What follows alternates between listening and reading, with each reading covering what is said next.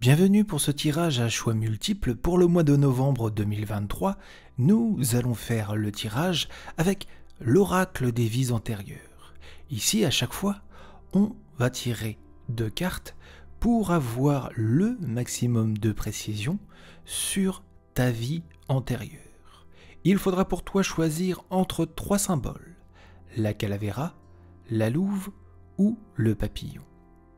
Concentre-toi donc sur le symbole qui t'attire le plus. Concentre-toi sur les émotions que tu ressens vis-à-vis de ta ou tes vies antérieures. Ce tirage est une simple indication, mais il pourrait te révéler des indices sur tes vies passées. Encore une fois, choisis bien entre la calavera, la louve et le papillon, et nous sommes partis.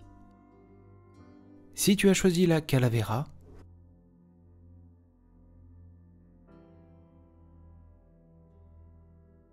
c'est les cartes moine et biblique. L'oracle te transmet ainsi ce message. Dans une vie antérieure, tu étais un moine dévoué vivant dans une religion influencée par les enseignements bibliques. Ton existence était marquée par la simplicité, la méditation et la prière. Tu as passé la majeure partie de ta vie dans un monastère isolé, où tu as cherché la paix intérieure et la compréhension des textes sacrés. Ton rôle en tant que moine était d'étudier, de méditer sur les écrits et d'aider à la préservation des textes bibliques. Tu étais peut-être un copiste, passant de longues heures à reproduire méticuleusement les textes sacrés pour les générations futures. Ta vie était empreinte d'une grande discipline, d'une grande humilité et d'une dévotion totale à ta foi. Les enseignements bibliques ont fortement influencé ta perception du monde et de ta manière d'y vivre. Tu as ainsi trouvé réconfort dans les paroles des prophètes et tu as cherché à vivre selon les principes énoncés dans ces écritures. Cette vie a eu un impact profond sur ton âme.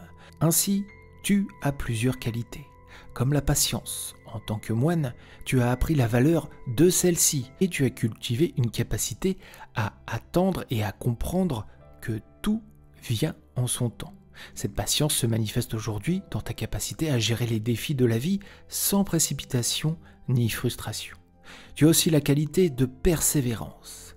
Les longues heures passées à étudier et à méditer ont renforcé cette persévérance, cette détermination. Même face à des obstacles ou des doutes spirituels. Tu as aujourd'hui cette qualité qui se traduit par une détermination sans faille à atteindre les objectifs que tu t'es fixés, quelles que soient les circonstances. Bien sûr, la qualité de dévotion t'accompagne. Ton engagement envers ce qui compte pour toi se manifeste par une loyauté indéfectible, que ce soit envers les personnes, les causes ou les choses qui te tiennent à cœur. Enfin, en qualité notable, on peut citer l'humilité. Cette qualité est présente aujourd'hui dans ta capacité à reconnaître tes limites, à apprécier les petites choses de la vie et à valoriser les autres pour leur qualité. Il faut cependant que tu lèves certaines barrières, ancrage de cette vie antérieure qui peuvent te nuire aujourd'hui, comme la réticence au changement. La vie monastique est souvent structurée et routinière.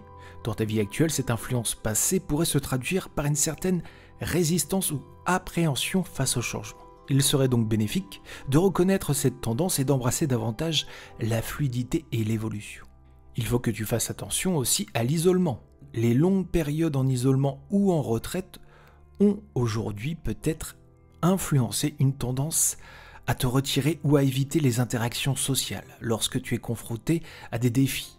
Il est essentiel d'apprendre à chercher le soutien des autres et à partager plus tes expériences. Attention aussi à un côté peut-être trop perfectionniste. La précision et l'attention aux détails, c'est bien, mais il est important de reconnaître que l'imperfection fait partie de la condition humaine. Enfin, peut-être qu'aujourd'hui, le doute spirituel t'envahit. Ta vie passée a pu être accompagnée de cette remise en question permanente, à force de pratiquer, d'étudier, de tous les jours vivre cette vie de moine, ces sentiments pourraient ressurgir aujourd'hui lors de tes moments d'incertitude. Ne perds pas foi en ta compréhension spirituelle. Tu sais qu'au fond de ton cœur, tu détient la vérité. Si tu as choisi la louve, c'est la carte Art et Égypte. Ainsi, le message de l'oracle est le suivant. Dans une vie antérieure, tu étais un artiste renommé dans l'Égypte ancienne. Ton talent était inégal et tu étais chargé de créer des œuvres d'art pour les pharaons, les temples et les tombes sacrées. Tes créations, qu'il s'agisse de fresques murales, de sculptures ou de bijoux, étaient imprégnées de richesses symboliques de la spiritualité égyptienne. Et tu as peut-être cette appétence pour cette culture égyptienne qui résonne en toi. Côté qualité, aujourd'hui tu as beaucoup de créativité. En tant qu'artiste du passé, on t'a doté de cette capacité innée à voir le monde d'une manière unique. Cette créativité, elle se manifeste aujourd'hui chaque fois que tu es appelé à résoudre un problème, à exprimer tes sentiments ou à imaginer quelque chose de nouveau. Tu as une attention aux détails développée. Les œuvres d'art de l'Égypte antique étaient méticuleuses et pleines de détails significatifs. Cette précision est ancrée en toi, te permettant d'apprécier la beauté des petites choses et de travailler avec une grande précision dans tout ce que tu entreprends.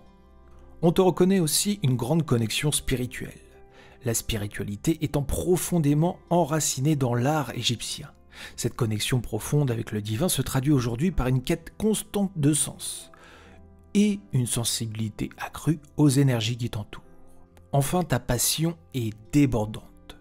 Ton dévouement à l'art résonne aujourd'hui et se traduit par une passion pour les activités que tu aimes, qu'il s'agisse d'art ou même de travail ou de passe-temps. Quand tu fais quelque chose qui te tient à cœur, tu te donnes à fond. Mais cette vie passée peut aussi avoir mis certaines barrières en place, telles que, bien sûr, le perfectionnisme. Ton attention méticuleuse aux détails en tant qu'artiste pourrait te rendre un petit peu trop critique, envers les autres, mais surtout envers toi-même. Il est important de se rappeler que la beauté peut aussi résider dans l'imperfection. Tu as une crainte du jugement qui t'accompagne. En tant qu'artiste, c'est normal, on est toujours soucieux de la façon dont son travail est perçu, surtout à l'époque de l'Égypte, auprès de la royauté et des prêtres. Cette crainte du jugement pourrait encore t'affecter aujourd'hui, t'empêchant de partager pleinement tes talents ou tes idées. En toi, il y a aussi un certain attachement du passé. Ton rôle en tant qu'artiste en Égypte était de capturer et de préserver la grandeur de l'époque. Aujourd'hui, cela se traduit par une tendance à s'accrocher au passé et aux souvenirs, au lieu de vivre pleinement le présent. Enfin, débarrasse-toi de la pression à exceller. Cette pression constante, tu l'avais dans ta vie antérieure et aujourd'hui, elle refait surface, te poussant toujours à exceller, à dépasser les attentes au prix d'une énergie folle consacrée. Mais des limites et apprends des fois à savoir dire non. Enfin, si tu as choisi le papillon,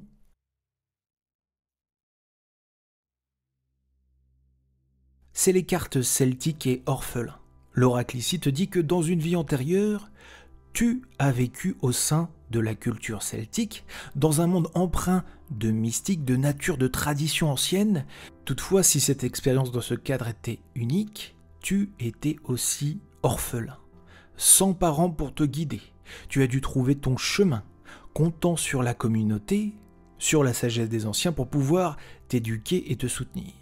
Cette vie n'a pas dû être facile, mais elle t'a transmis aujourd'hui des qualités indéniables au niveau de la résilience. En tant qu'orphelin dans la culture celtique, tu as appris à surmonter les adversités dès ton plus jeune âge.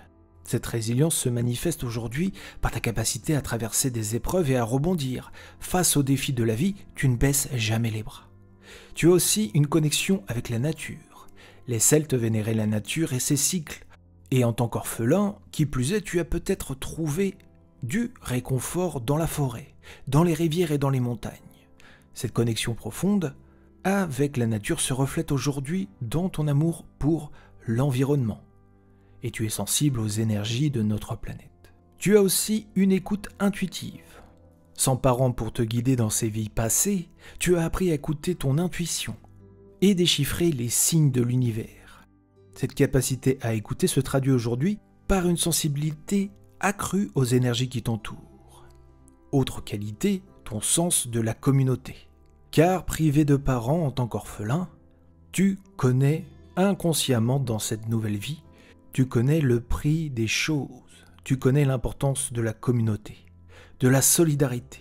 Ça se manifeste aujourd'hui par ton désir de tisser des liens forts avec chaque personne que tu estimes. Mais si cette vie passée t'a transmis des qualités, il y a quand même des certains poids, des certains freins à lever. Ainsi, malheureusement, le sentiment d'abandon t'accompagne. Cette expérience en tant qu'orphelin pourrait laisser des traces, un sentiment d'abandon ou de solitude constant. Il est crucial de reconnaître ces sentiments pour travailler à construire des relations saines et renforcer son estime de soi. Tu as aussi sûrement beaucoup de méfiance. La vie sans parents protecteurs pourrait t'avoir rendu méfiant envers les autres, envers les inconnus. Et cette méfiance pourrait encore affecter tes relations aujourd'hui, t'empêchant de t'ouvrir pleinement aux autres. Une certaine quête d'identité est toujours là. Ayant cherché ta place dans ta vie antérieure, cette quête pourrait influencer ta vie actuelle, te poussant à chercher constamment ton véritable moi dans cette vie. Enfin, tu mets en place sûrement une protection excessive envers tes proches. Ayant dans cette vie antérieure vécu l'atrocité d'être abandonné, aujourd'hui tu veux protéger ceux que tu aimes. Peut-être un peu trop. Peut-être que tu ne leur laisses pas de liberté et que tu es sur cette surprotection. Alors ce n'est pas un grand défaut, mais laisse un petit peu plus de place et d'espace et de liberté pour ce que tu aimes. Voilà pour ce tirage sur les vies antérieures pour ce mois de novembre 2023. Merci de l'avoir suivi. Je te donne rendez-vous sur mon éveil spirituel pour d'autres tirages et d'autres oracles. Et d'ailleurs, si tu es intéressé pour explorer encore les vies antérieures, eh bien j'ai fait récemment une méditation qui t'accompagne et qui pourrait te révéler des indices supplémentaires sur cette vie antérieure. Merci de m'avoir écouté. Prends bien soin de toi. Namasté.